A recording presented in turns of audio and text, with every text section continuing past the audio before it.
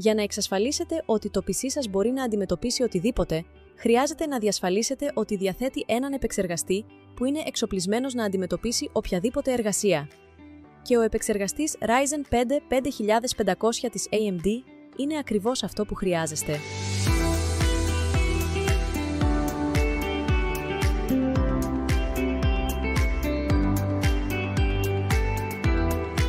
Η τιμή για αυτήν την CPU είναι $159, αλλά η Amazon την προσφέρει αυτή τη στιγμή μόνο με $86,54.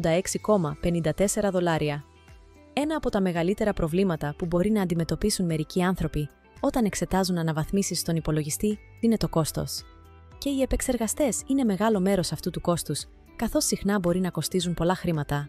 Ο επεξεργαστής AMD Ryzen 5 5500 είναι ένας εξαπύρινος επεξεργαστής 12 νημάτων, που μπορεί να παρέχει την επεξεργαστική ισχύ που χρειάζεστε. Ίσως είναι ένας σχετικά οικονομικός επεξεργαστής, αλλά μην αφήνετε την τιμή του να σας ξεγελάσει. Αποδίδει πολύ καλά υπό έντονα φορτία εργασίας στη CPU, μένοντας δροσερός για να συνεχίσει να λειτουργεί σε βέλτιστα επίπεδα. Αυτό βεβαίως οφείλεται και στο γεγονός ότι διαθέτει έναν ψύκτη για τη διαχείριση της θερμοκρασιάς του. Συγκεκριμένα, τον ψύκτη CPU AMD Wraith Stealth. Αν και αυτή είναι μια εξαιρετική μονάδα επεξεργασίας, ειδικά σε αυτήν την τιμή, δεν είναι συμβατή με το PCIe Gen 4, που είναι ένα σημείο που πρέπει να σημειωθεί αφού μπορεί να είναι κάτι που ψάχνετε. Εάν αυτό δεν έχει σημασία για εσάς, τότε σίγουρα πρέπει να τον αποκτήσετε πριν αυξηθεί η τιμή.